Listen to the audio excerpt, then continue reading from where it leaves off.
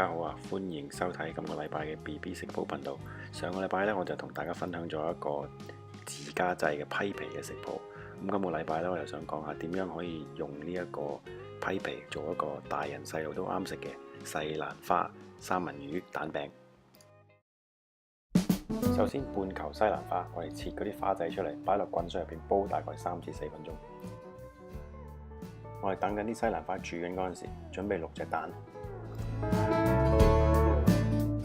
半杯牛奶，2個西羹嘅麵粉，黑胡椒粉，攪勻，大概100克三文魚切粒，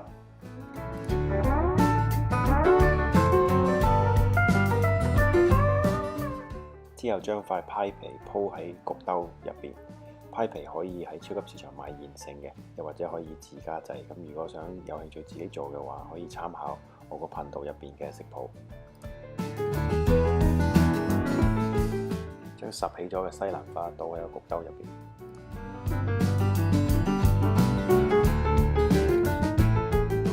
再跟住加入切咗粒嘅三文魚。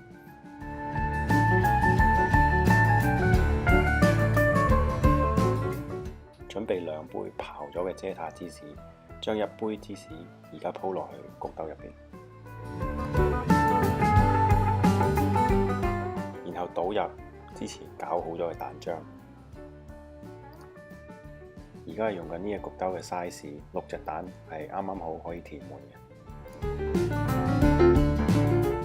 將剩餘1杯嘅遮塔芝士鋪喺面上面。放入攝氏200度嘅焗爐焗大概40分鐘，面嗰度開始有少少燶燶地，同埋啲蛋漿凝固咗，咁就搞掂啦。